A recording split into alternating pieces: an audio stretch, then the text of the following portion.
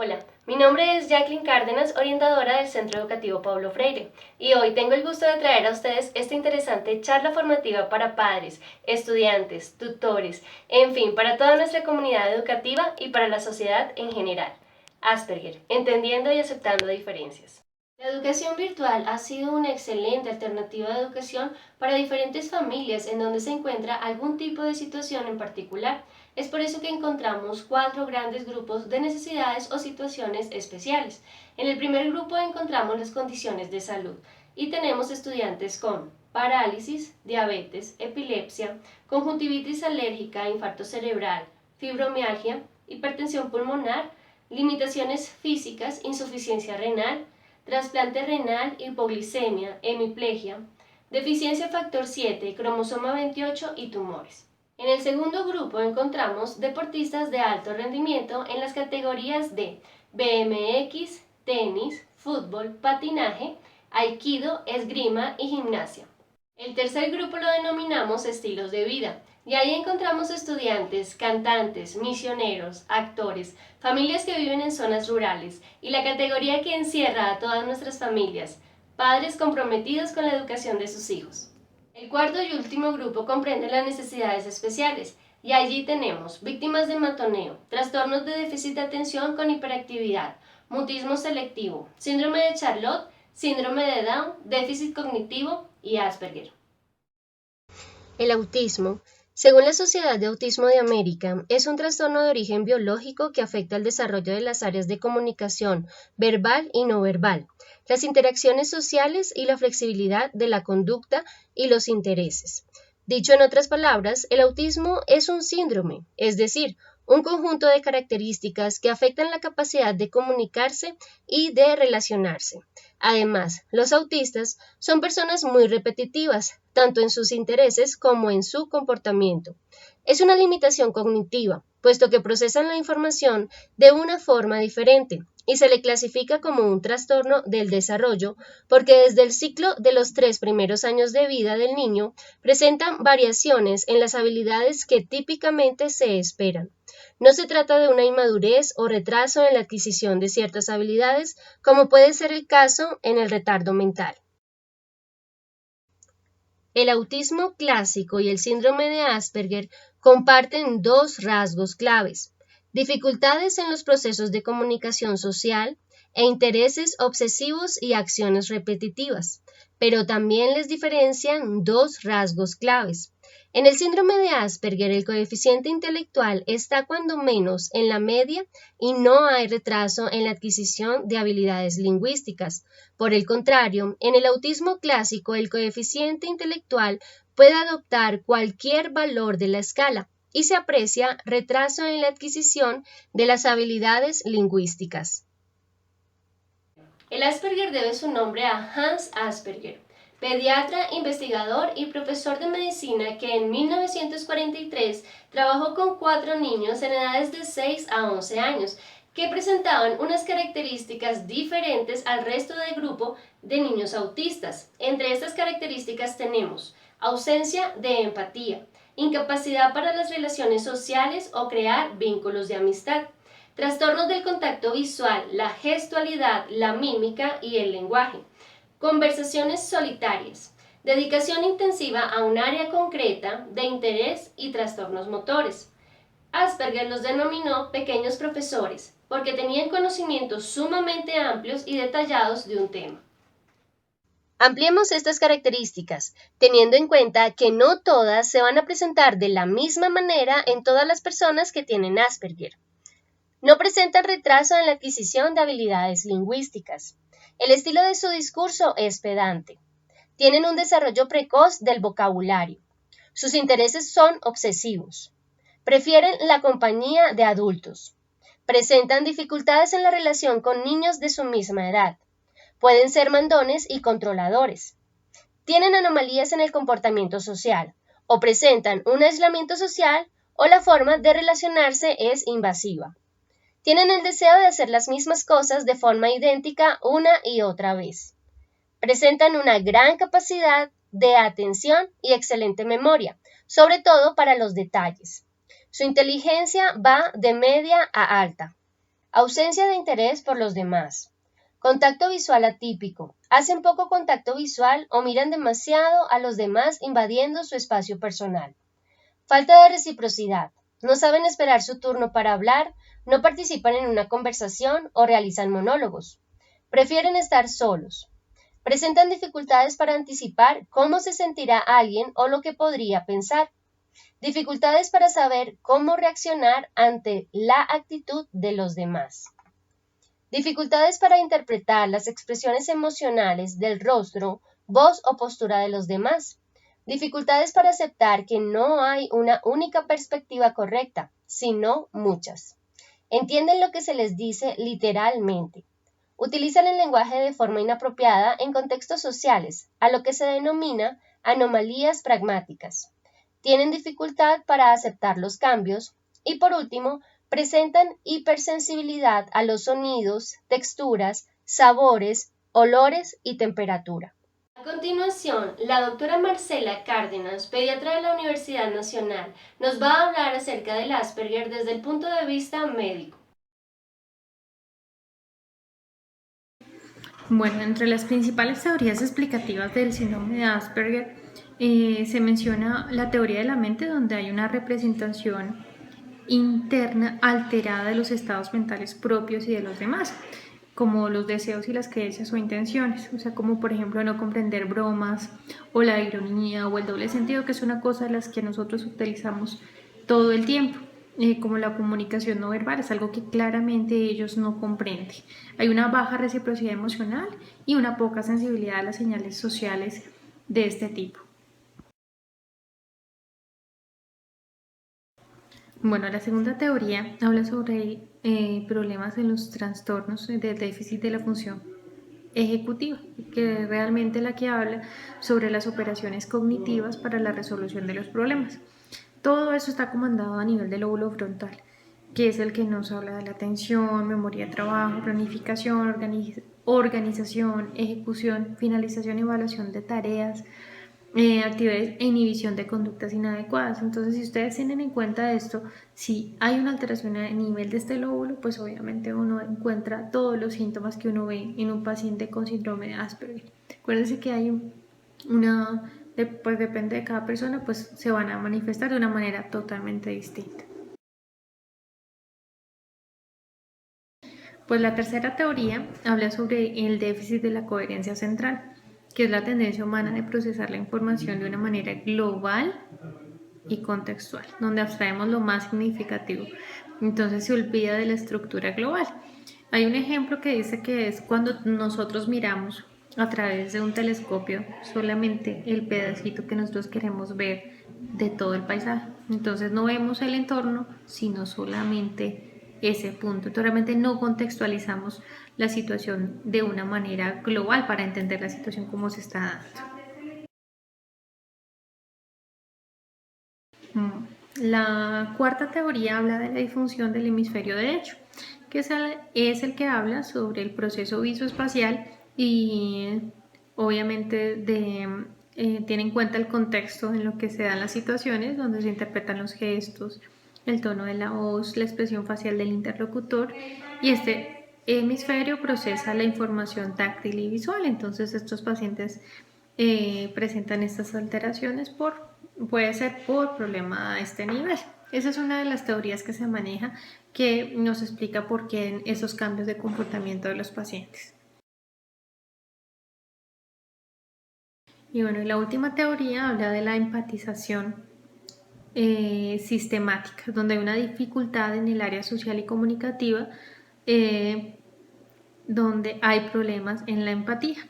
Entonces la empatía la definimos como la capacidad cognitiva de percibir en un contexto común lo que el otro individuo puede sentir. Entonces a estas personas no les queda fácil hacer una interpretación sobre esto. Entonces eso dificulta la relación con los demás, no solamente porque ellos no se sientan bien, sino porque como no lo interpretan bien, las personas que lo rodean pues obviamente no hacen una aceptación adecuada de las personas. Y la sistematización es la capacidad de buscar y encontrar reglas por las que se rige el sistema para predecir cómo evolucionará.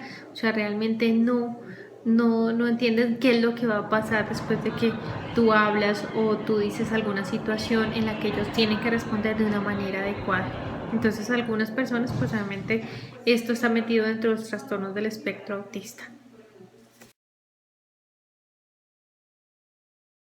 En cuanto a la prevalencia, históricamente pues está condicionado, pues obviamente bajo los criterios diagnósticos que se establezcan. Es importante esto porque pues eso dificulta que nosotros hablemos cuál es la cantidad de gente que realmente está afectada por el síndrome. Se dice que están entre 2.6 a 4.8 por cada 1000 con una frecuencia de 3 a 5 veces superior en varones frente a mujeres. La incidencia es mayor al autismo y la mitad obviamente de los casos en la edad adulta está sin diagnóstico.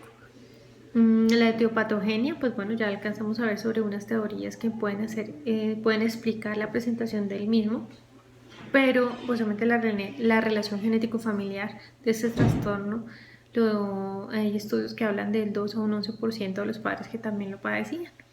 En estudios similares, pues hay una relación entre el síndrome de Asperger y el autismo. En un 2 a 4% de los pacientes autistas se ha podido diagnosticar a padres y hermanos respectivamente con el síndrome.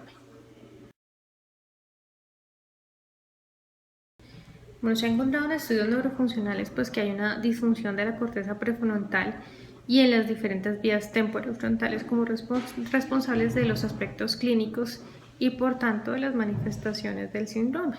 Se ha encontrado y se ha hecho diagnóstico en los padres de estos pacientes al hacerles neuroimágenes, se encuentran también alteradas estas zonas del cerebro. Pues bueno, además de los factores genéticos, pues también están los factores medioambientales que permiten la expresión de genes que nos puedan hablar sobre el síndrome. El 60% de los niños con síndrome de Asperger presentan factores remarcables a nivel del periodo neonatal. Eso es importante tenerlo en cuenta por obviamente dentro de la historia clínica de estos pacientes. Bueno, quiero destacar varios aspectos sobre los criterios diagnósticos de los pacientes. Es que dentro de las clasificaciones previas pues no se habla claramente sobre las características del lenguaje porque muchas veces no se encuentra alterado.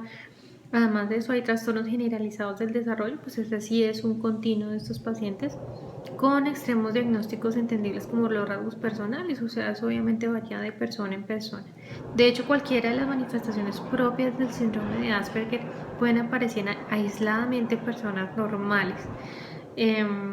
La comorbilidad pues es frecuente hasta en un 35% de estos pacientes. Tiene un riesgo elevado de trastorno de déficit de atención e hiperactividad, tics, depresión, trastorno obsesivo compulsivo o trastornos de ansiedad generalizada también se pueden encontrar en estos pacientes. Dentro del tratamiento, pues es importante tener en cuenta que esto tiene que ser individualizado, es multimodal, psicoeducativo, depende obviamente del paciente el uso de los psicofármacos, obviamente con el objetivo de mejorar las discapacidades y potenciando pues las capacidades del paciente y pues compensar obviamente lo que uno encuentre alterada. La educación de la familia y la escuela es indispensable. Pues obviamente la medicación, pues no existe un fármaco pues para los trastornos generalizados del desarrollo. Eso es importante tenerlo en cuenta pues obviamente esa es la inquietud que pueden tener bastantes padres frente a la presencia, pues, el diagnóstico del síndrome de Asperger. Más del 50% pues alivian los síntomas y se es claro con el diagnóstico, con la afectación que uno quiere tratar con el medicamento, pues como los antidepresivos, los psicoestimulantes o los neurolépticos. A continuación, el señor Roberto Geloso, presidente de la Asociación Asperger de Argentina y padre de un chico que tiene Asperger, nos va a profundizar más acerca de estas características. Por ejemplo, el hecho de no mirar a los ojos cuando son chicos. Cuando son adultos, nos encontramos con adultos bien diagnosticados con Asperger que sí miran a los ojos. ¿Por qué? Porque eso lo aprendieron durante el transcurso de su vida. Es el caso de mi hijo.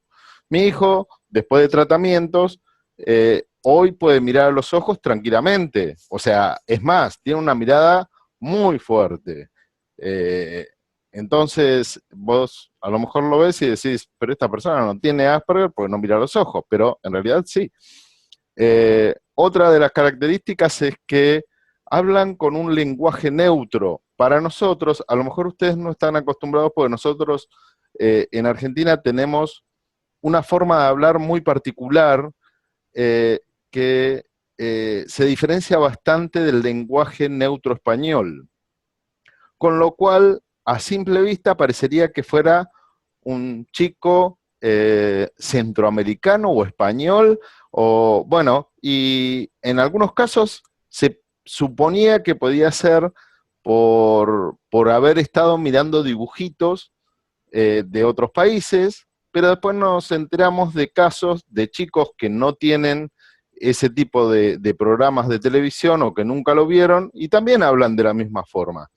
Entonces, esa sería otra de las características. El lenguaje neutro, en el caso nuestro, a lo mejor en el caso de ustedes pasa más desapercibido el lenguaje neutro, pero en el caso nuestro es distintivo. La mirada a los ojos. Después, un tema que también cambia a través de los años es el hecho de no mentir y de ser muy justicieros. O sea, tienen esa característica de que o no mienten o le cuesta muchísimo mentir u ocultar sus ideas o sus pensamientos, por más duro que sean para la otra persona. O sea, más que nada puede herir susceptibilidades de alguien que a lo mejor tiene algún problema en sus dientes. Por ejemplo, mi hijo era chiquito y a un kiosquero que ni conocía le preguntó, ¿por qué tenés los dientes tan feos? Entonces, eh, o, por ejemplo, ¿por qué sos tan gordo? ¿O por qué sos tan gorda? ¿O por qué tenés esa cara de viejo? Cosas que a lo mejor pueden ser insultantes para la otra persona o hirientes, y ellos lo hacen de forma muy natural. Eh, no se dan cuenta o les cuesta mucho ponerse en el lugar de la otra persona cuando dicen alguna característica. Eh, bueno, después suelen tener una torpeza motriz importante, pero más que nada en la motricidad gruesa. En la motricidad fina en algunas áreas, y no todo, por eso es muy particular. Hay algunas áreas que algunos chicos se desarrollan mucho más, por ejemplo, la parte matemática en la escuela, o la parte de dibujo. Lo que sí noté en general es que todos les gusta, o no sé si les gusta, pero se meten mucho o le es muy fácil aprender otros idiomas. Por ejemplo, el inglés. Mi hijo maneja 16 o 18 idiomas. Entonces, como que le es muy fácil aprender inglés, alemán, chino, coreano, no sé, muchos, y se meten mucho en eso, son como áreas de interés. La mayoría de las personas con Asperger tienen un área de interés muy desarrollada y a lo mejor otras que al no darles importancia la dejan muy de lado y ahí es donde le cuesta a lo mejor en la escuela poder centrarse o concentrarse en algunos temas que no son de su interés. Bueno, después el hecho de hacerse de amigos les es muy difícil, justamente por todo esto, ¿no? Por estas características. Eh, Generalmente en la escuela sufren de bullying, o sea, de cargadas del resto de los chicos, justamente por lo mismo, porque o hablan un lenguaje fuera de lo común, con un tono elevado. eh, Bueno, algunos chicos aparte o sufren bullying o molestan al resto de los chicos. Bueno, el caso de mi hijo fue un poco una mezcla de los dos. Por un lado, encontró la defensa al bullying molestando a los demás. Entonces, lo que trae problemas de conducta, no de aprendizaje o intelectuales, pero sí problemas de conducta en donde a lo mejor tienen esa suspensión de clase o acortamiento de jornada o, bueno, distintos tipos de escarmientos o represalias que toma la escuela ante un chico que a lo mejor le cuesta mucho adaptarse socialmente al grupo. Bueno, después, en muchos adultos que estamos viendo últimamente en los últimos años, nos pasa de sorprendernos gratamente de que pueden llegar a conseguir un trabajo, pueden tener una familia, pueden divorciarse de su pareja y volver a contraer una nueva pareja. Bueno, cosas normales como le puede pasar a cualquier persona. Pero en general cuentan con pocos amigos, uno, dos, o ninguno, en algunos casos, cuando son adolescentes o adultos. Son muy solitarios, pero justamente esa soledad no es porque ellos la prefieran, sino porque la misma vida le fue cerrando puertas. A continuación, Betsabe Lemos, psicopedagoga de la Fundación Fundaspié en Venezuela, la cual fue creada por Manuel Cedeño, quien es Asperger. Características bien particulares que tomamos en cuenta en la forma en que hablan, tiene esa prosodia al hablar, ese cantadito, esa forma como dicen muchas veces que habla como mexicano, ese tono particular. Entonces, bueno, esa es una de las características principales que se ven ellos. Además de que, bueno, son muy literales, ellos no entienden doble sentido, ellos no entienden sarcasmos. Entonces, con ellos hay que hablar de una manera, hay que tener mucho cuidado cuando nos dirigimos a ellos, porque pues, de pronto le dices algo en doble sentido y se quedan así como que, ¿qué es eso? No entiendo, pues, ¿no? Hay una experiencia que tuve con uno de los niños en su colegio, y él hablaba muchísimo, ¿no? Porque, bueno, ellos también son muy, hablan muchísimo, tienen esa hiperlexia. Entonces, bueno, la maestra le dijo, niño, ponte un cierre en la boca. Entonces, tú decirle a ese niño con síndrome de Apple, él se quedó así como que, o sea, maestra, eso es imposible, ¿cómo me pongo un cierre en la boca, no? Entonces, claro, a veces hay que tener mucho cuidado cuando hablamos con ellos, cuando nos dirigimos a ellos, porque son muy literales, pues. Ellos, por ejemplo, no entienden tampoco mucho de emociones o se les dificulta, ¿no? El saber o identificar si estás molesto o esa emoción que tienes en ese momento, y pueden ser incluso inoportunos al decir algún comentario. Entonces, bueno, entre las características principales pudiese estar esa, que no identifican las emociones fácilmente, la literalidad, se les dificulta lo que es la parte de motriz gruesa. Ellos de pronto para hacer deporte, fútbol, básquet, ese tipo de actividades se les dificulta porque, bueno, no tienen esas habilidades, pues, y tienen debilidades en esas áreas motoras, ¿no? No les gusta escribir, ellos lo de la ejecución gráfica, para ellos es una resistencia increíble. Son más auditivos, muchas veces visuales, pues también son muy visuales y auditivos, entonces el escribir los fastidia. También porque ellos, por lo general, tienen una hipotonía, entonces, bueno, eso también tampoco ayuda mucho al tema de que les guste, pues, escribir. Por supuesto, mucha paciencia, porque, bueno, son niños que muchas veces se aburren de un tema, porque, bueno, ellos tienen unos temas bien particulares, son unos temas como que sacados así, rebuscados, si se quiere, ¿no? Entonces, muchas veces pudiesen aburrirse en clase, porque, bueno, porque de pronto ellos pueden tener un nivel mucho más alto del promedio de su grupo, cuesta trabajar en equipo, ellos prefieren trabajar por sí solos, pues, porque dicen eso, pues, ¿para qué yo voy a hacer esto con este grupo si no van a rendir igual que yo lo hago mejor? Pues entonces, esas serían una de las características principales que resaltantes, pues, por decirlo de alguna manera.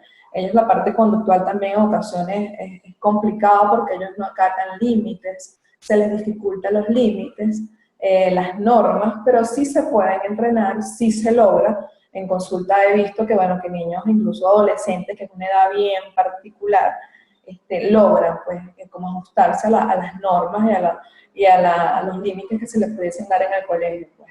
Y, bueno, por supuesto, en la sociedad, pues, porque tenemos que respetar las normas, pues, en todos los sentidos. Se dice que ya a los 3 años pudiesen darse síntomas, ¿no? Entre los principales pudiese decir que no hace contacto visual, que no le gusta el contacto físico, que se aísla, que tiene juegos repetitivos, movimientos estereotipados. Las características en cuanto al aprendizaje, tomadas del libro Autismo y Síndrome de Asperger de Simone Baron Cohen, edición 2010. Prefieren trabajar en silencio. Son lentos y metódicos. Prefieren no tener que resumir por si pierden algún detalle importante. Necesitan tener la certeza de que un dato es un dato y comprobar que no hay errores. Prefieren trabajar siempre en las mismas condiciones, ocupar el mismo asiento, que haya la misma luminosidad, etc. Rehuyen las distracciones. Cuando estudian un tema, prefieren hacerlo durante muchas horas seguidas, sin tomar nota de que es hora de comer e incluso sin ir al baño. Muestran signos de irritación cuando otras personas penetran en su espacio. Se ponen ansiosos si alguien les habla inesperadamente. Les irritan los errores humanos en las lecturas recomendadas. No les gustan las clases en las que el profesor adopta un tono coloquial. Les molesta que las personas que están a su alrededor murmuren y especulen sobre algún tema cuando se encuentran prestando atención a otro.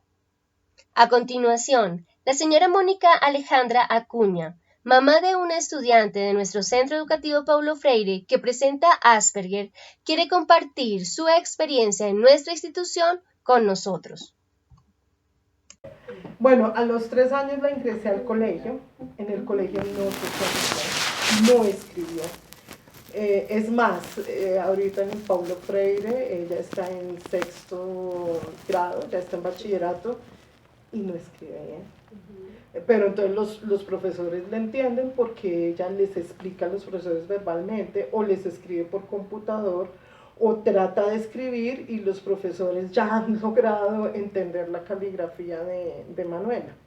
Entonces en el Paulo Freire ha sido muy fácil porque los profesores se han esforzado y han logrado entenderle su caligrafía. Pero en preescolar ella no jugaba, no podía saltar, no podía correr, no podía vencer obstáculos, la motricidad fina y gruesa, nula.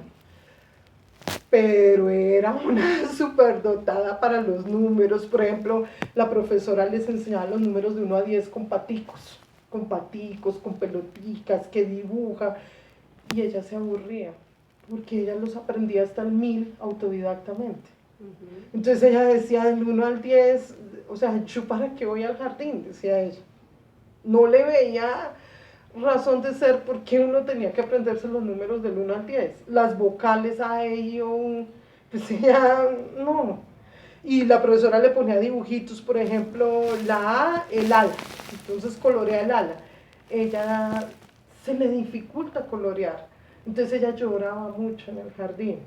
Entonces los profesores me entregaron a la niña y me dijeron que no podían más con la niña. Pues eso me dolió mucho, porque la niña, no quiero criticar la educación colombiana y con todo respeto, y me perdonan los profesores de preescolar, y pido perdón a todo el mundo, pero la profesora, en vez de decir que la niña no sirve, ha debido darse cuenta que la niña iba más allá, ¿no? Bueno, la pasé a otro colegio.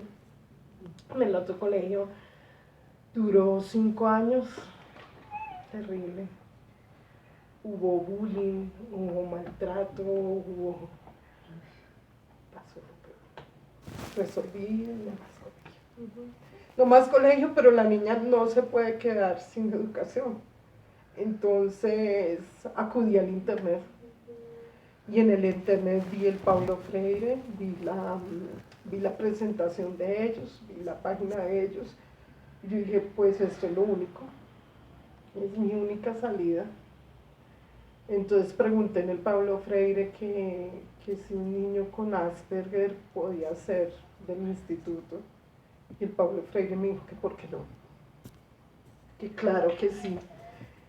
Y la inscribí en el Paulo Freire. El Paulo Freire tiene una plataforma donde están todos los temas, todas las materias, son 3 materias más o menos por ciclo. Yo miré los temas, miré los videos, bueno, la matriculé, miré los temas, miré los videos y puse a la niña en el computador y la niña comenzó a entender todo. Yo me dediqué a la niña, Entonces, por ejemplo, si el profesor de biología enseñaba la célula, por decir algo, entonces Manuela se aprendía las partes de la célula, estudiaba los videos, estudiaba la teoría que dejaba el profesor y salíamos al parque. Entonces ella comenzaba, esta hojita tiene células, este gusanito tiene células, y comenzaba a experimentar con la lupa, mirar al gusanito, y muy divertido para ella. Entonces esta educación ha sido divertida para ella, porque ella aprende rápido lo que los profesores dejan en la plataforma, y fuera de eso va a la calle y aplica, aplica o examina o investiga. El profesor de sociales, por ejemplo, le habla de la independencia de Colombia, por decir algo. Entonces, Manuela se aprende lo que el Paulo Freire deja de teoría, de videos y de todo eso, y fuera de eso ya va al museo del florero. Y en el Museo del Florero pasea, le pregunta a los vigilantes, le pregunta a los guías qué pasó y cómo fue ese día y cómo. Entonces ella es feliz, y el video lo graba y lo envía al colegio. Entonces ella graba el video y dice, mire, y aquí estoy en la casa del florero y miren qué pasó esto y esto. Y entonces para ella eso es divertidísimo, porque ellos tampoco tienen el nivel de concentración, el tiempo, no el nivel, sino el tiempo de concentración de ellos es muy difícil de manejar. Tú no puedes tener a un niño Asperger en una clase de 45 minutos ahí sentado. Puede que dure 45 minutos, puede que dure 2 horas, puede que dure 5 minutos. Entonces en el Paulo Freire es muy fácil, porque ella mira su plataforma, el tiempo que ella requiere estudiando, 3 horas, 2 minutos, 1 segundo, lo que sea, y va y hace sus tareas. Y las tareas las hace prácticas, y los profesores aceptan eso. Claro que también si le ponen algo teórico, pues ella lo hace, no ve ningún problema.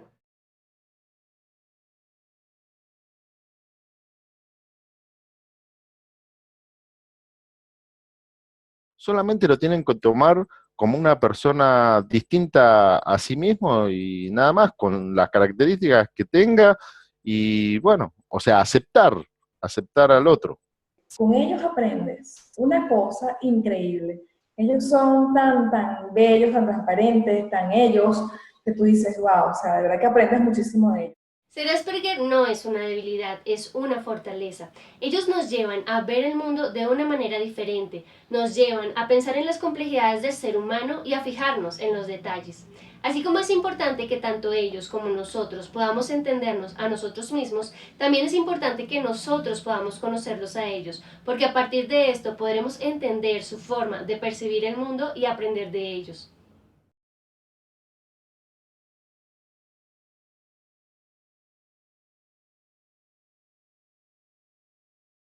Para terminar, quiero dejarles el desafío de compartir con sus familias, con sus amigos, con todas las personas que conocen, en los ámbitos en los que se relacionan, todas estas características acerca del Asperger, para que podamos darlo a conocer y sensibilizar a todos acerca de las diferencias, y así lograr una mejor convivencia, una mejor relación con todas aquellas personas que son diferentes a nosotros.